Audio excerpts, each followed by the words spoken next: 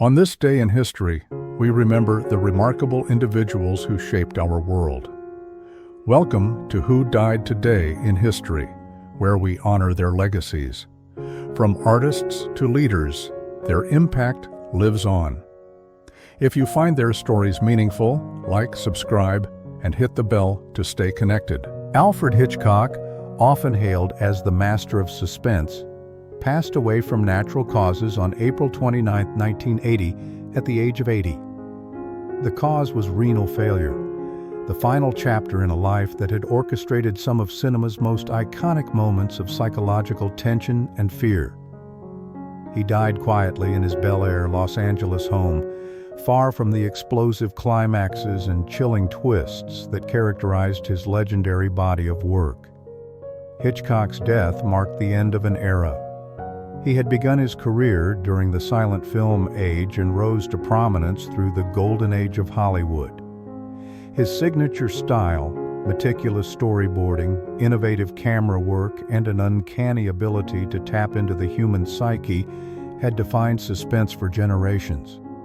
Yet his passing came at a moment when the film industry was evolving toward grittier realism and more director-driven narratives, led by new Hollywood auteurs like Scorsese and Spielberg, who had themselves been shaped by Hitchcock's influence. Although Hitchcock had never won an Oscar for Best Director, his death prompted a re-evaluation of his impact. Within days, film retrospectives, academic conferences, and public tributes emerged. Critics began to view his entire body of work not just as entertainment, but as art that spoke to deeper fears about control, voyeurism, guilt, and the fragility of order. Films like Psycho, Vertigo, and Rear Window were increasingly studied for their layered symbolism and complex characters. In death, Hitchcock's legend only grew, transforming him from a prolific director into a near-mythical cultural architect. Hitchcock's death reveals how mortality often elevates those whose contributions were underappreciated in life. While he relished public attention, he maintained tight control over his work, shunning improvisation in favor of detailed planning, a reflection of mid-20th century values that prized discipline, restraint, and moral ambiguity in art. His films captured the uncertainties of the Cold War era, the unease of the nuclear family, and the shifting lines between good and evil. Today, Hitchcock is immortalized through film festivals, academic courses, documentaries, and countless homages. His silhouette, complete with protruding belly and cigar, remains a cinematic icon, proof that while death ends a life, it can also solidify a legacy. We remember Hitchcock not just for the chills he gave us, but for the mirror he held up to our fears. Joanna Barnes, the elegant actress and novelist best known for her roles in The Parent Trap, died of natural causes on April 29, 2022, at her home in Sea Ranch, California, at the age of 89. Her death marked the quiet end of a life spent navigating the dual worlds of Hollywood glamour and literary achievement. Known for portraying refined, often scheming women on screen, Barnes brought intelligence and wit to roles that mirrored and sometimes challenged the gender expectations of mid-20th century America. Her passing, while not a seismic cultural event like the assassination of Lincoln or the execution of Joan of Arc, reflected a broader cultural moment, the vanishing of Hollywood's golden mid-century generation. Barnes's work exemplified a time when actresses were often typecast but still found ways to assert themselves. Off-screen, Barnes did just that. She graduated from Smith College with honors and transitioned into writing, publishing both novels and lifestyle columns. In a period when women in entertainment were often confined to ornamental roles, Barnes's intellectual pursuits and professional pivots reflected shifting societal norms around women's autonomy and identity. The immediate consequences of her death were a wave of tributes that highlighted her versatility, sophistication, and subtle cultural contributions. For many, she was the humorous yet haughty Vicki Robinson in The Parent Trap, a character that managed to be both comedic and timeless. Her return in the 1998 remake as a different character delighted audiences and demonstrated the cyclical nature of storytelling and memory in Hollywood. Barnes's legacy is preserved in more than just film. Her writing, both fictional and journalistic, offers a lens into the roles women played and pushed against in the post-war era. Her ability to navigate Hollywood with intelligence and independence mirrors broader social trends of her time, including the rise of second-wave feminism and a growing appreciation for women's voices beyond the screen. Her death invites reflection on how we memorialize figures who weren't revolutionary icons, but nonetheless shaped cultural memory through subtlety and presence. Through reruns, literary work, and heartfelt obituaries, Barnes continues to live in public memory. She reminds us that influence is not always loud or dramatic. Sometimes it's found in a smirk, a line delivered just so, or the quiet pages of a book. David Birney, a classically trained actor who brought a thoughtful gravitas to both stage and screen, died on April 29, 2022, at the age of 83. His death from Alzheimer's disease complications marked the quiet end of a career shaped by intelligence, range, and dignity. Birney's passing, after a long cognitive decline, reflected the broader societal conversation around aging, memory, and the fading legacies of performers who once helped define American television and theater in the 20th century. Birney rose to fame in the 1970s with roles in television dramas such as Bridget Loves Bernie and numerous guest appearances on shows like Saint Elsewhere and Murder, She Wrote. Off-screen, he was acclaimed for his Shakespearean work, performing with prestigious companies such as the New York Shakespeare Festival and the American Conservatory Theater. His career intersected with a period in American entertainment when TV networks sought to blend classical training with mainstream appeal, reflecting cultural values that still revered intellect and tradition while embracing new storytelling forms. The immediate consequence of Birney's death was a wave of affectionate remembrance from both the stage and television communities. Tributes noted his refined presence, intellectual depth, and versatility. While his name may not have occupied headlines in the years leading up to his death, his passing brought renewed attention to a body of work grounded in artistic integrity, a reminder of an era before celebrity culture often eclipsed craftsmanship. His death also revived interest in Bridget Loves Bernie, the short-lived 1972 sitcom that was controversial for its depiction of an interfaith marriage between a Catholic woman and a Jewish man. The show, though successful in ratings, was canceled due to cultural backlash, symbolizing the tensions of its time. Bernie's association with the show tied him, however indirectly, to an evolving conversation about representation, tolerance, and societal discomfort with progressive themes. Reflecting on David Birney's passing invites us to consider how we remember those who contributed not through fame, but through consistency and excellence.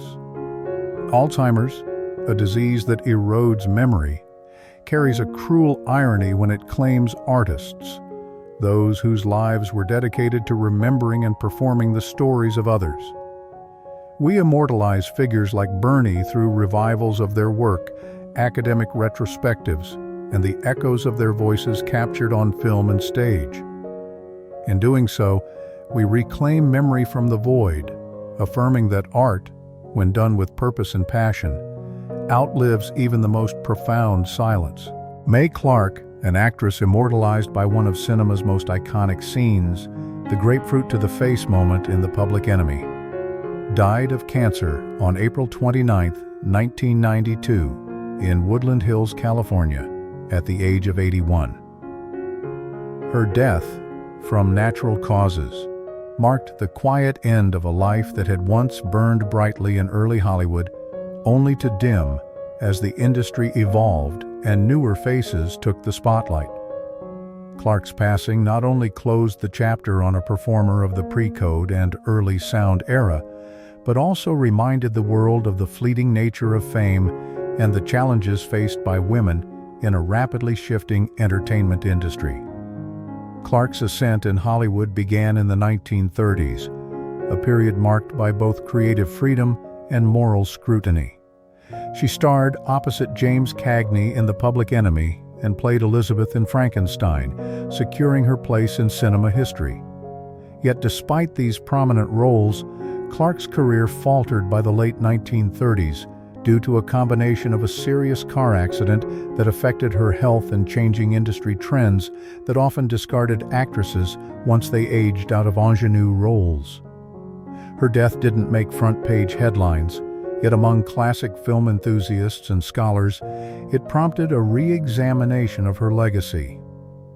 Clarke's career arc reflected the challenges many women of her era faced: limited roles, typecasting, and an industry that prioritized youth and conformity over resilience and depth.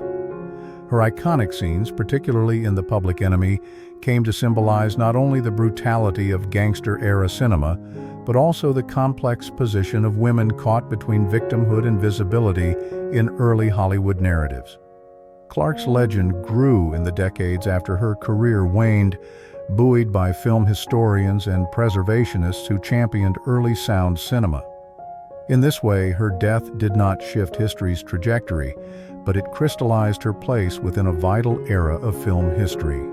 Her performances are now studied for their emotional range and symbolic value within the context of American cultural evolution.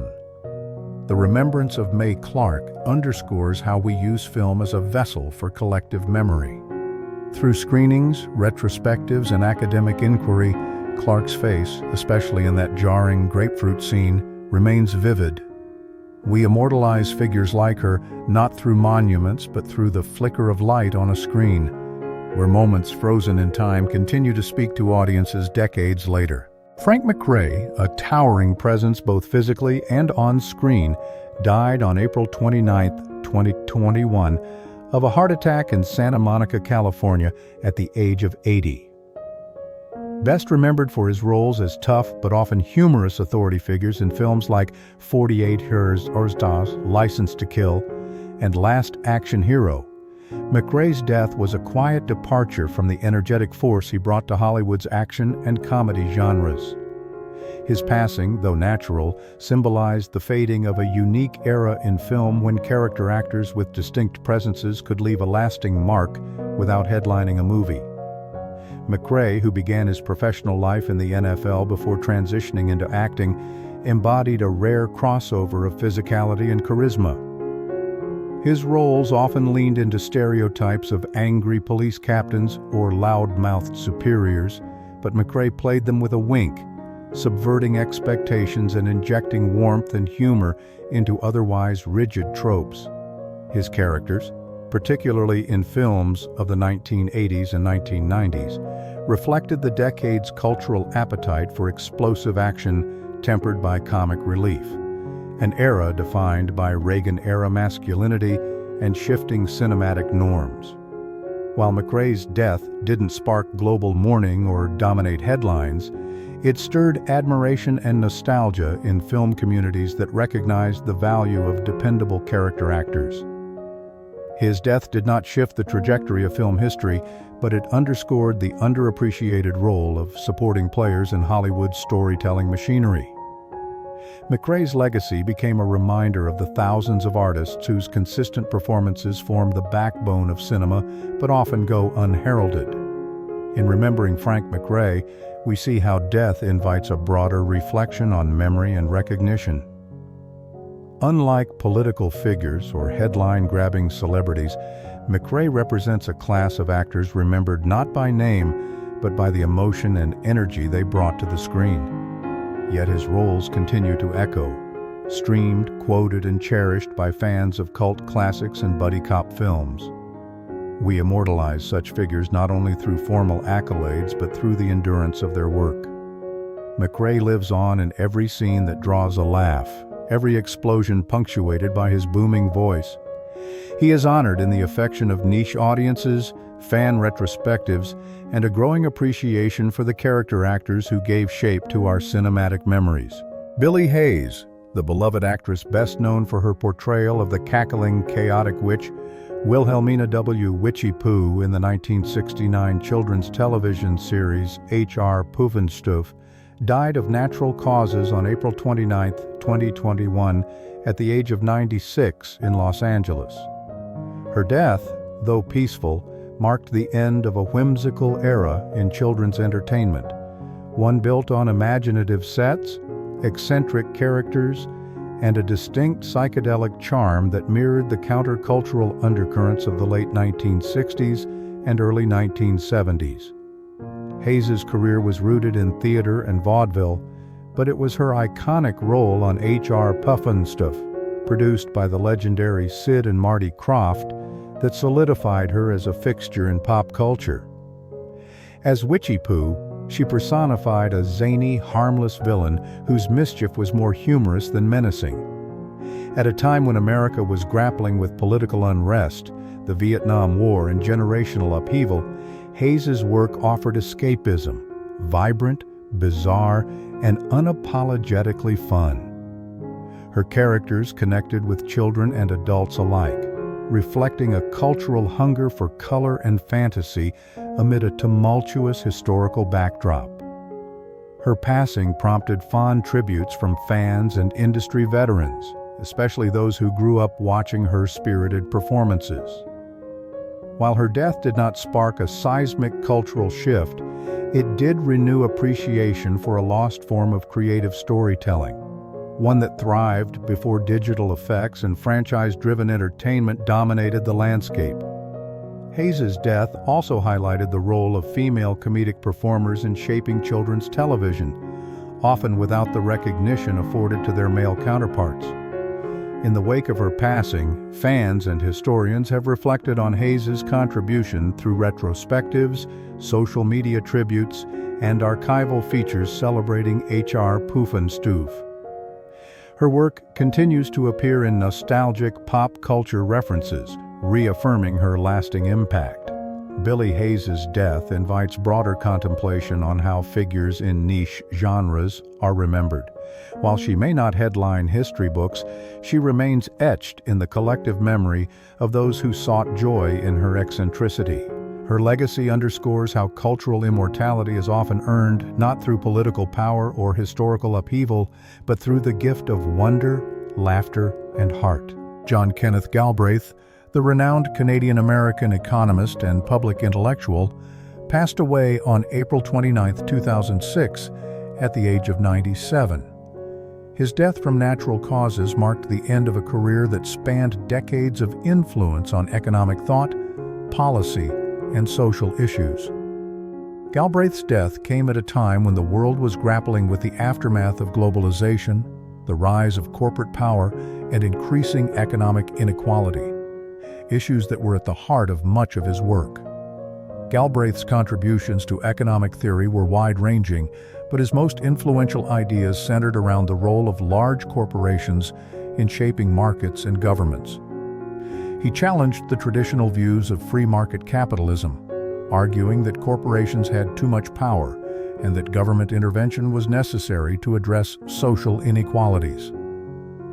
His 1958 book, The Affluent Society, critiqued the American focus on wealth accumulation, calling for a greater emphasis on social goods like education, healthcare, and infrastructure. His ideas resonated with the post-World War II era's focus on social progress and the expansion of the welfare state.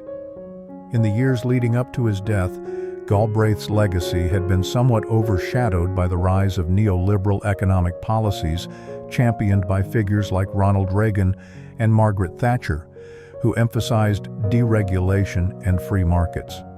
However, his death reignited interest in his critiques of corporate power and his calls for a more balanced economic system. His passing also served as a reminder of the ongoing relevance of his work in a world where the economic divides between the rich and poor were growing ever wider.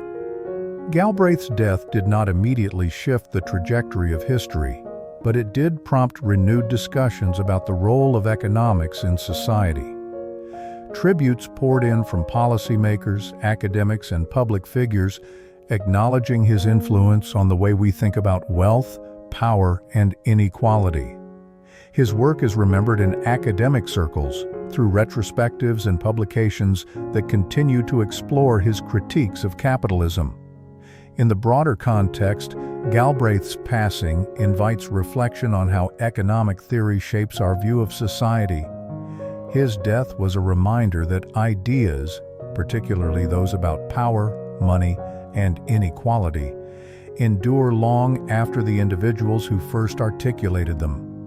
We immortalize such figures through continued debate, scholarly work, and the policies they influenced, ensuring that their legacies live on in the conversations that shape our future. Mariana Levy, a beloved Mexican actress and television host, tragically passed away on April 29, 2005, at the age of 39. Her death, though from natural causes, shocked the Mexican entertainment industry and her legion of fans. Levy's passing was the result of a heart attack, reportedly brought on by emotional distress following an assault on her by armed robbers just days before. The traumatic experience was compounded by personal turmoil, including a difficult period in her life involving family struggles. Her sudden death came at a time when she was at the peak of her career, leaving behind a void in the entertainment world and an outpouring of grief from her fans. Levy was known for her roles in telenovelas and her vibrant presence on Mexican television. She gained fame for her performances in shows like El Premio Mayor and La Fea Más Bella, capturing the hearts of audiences across Latin America. Her death, under such tragic and emotional circumstances, stirred widespread public mourning, highlighting the intense connection between celebrities and their fans in Mexican culture, where stars are often seen as part of the family. The immediate consequence of her passing was a national outpouring of grief. Fans and fellow actors expressed their shock and sadness, and tributes poured in from across the country. Her death amplified her legacy, preserving her image as an enduring symbol of youthful talent and beauty. Although she had been in the public eye for only a relatively short time, Levy's untimely death cemented her place as a cultural icon. Her death also reflected the fragility of life, particularly in a society where celebrity is both a source of joy and a pressure cooker of emotional and social expectations. The circumstances of her death, a combination of personal hardship and sudden physical collapse, highlighted the mental and physical tolls that fame can have on an individual, raising questions about how society treats its stars, both during their lives and after their deaths. In terms of commemoration, Levy is remembered through television reruns, tributes from colleagues, and social media posts from fans who continue to celebrate her life and work. Her legacy lives on through her roles, and her untimely passing serves as a poignant reminder of the fleeting nature of life, the pressures of fame, and the enduring impact a public figure can have on society.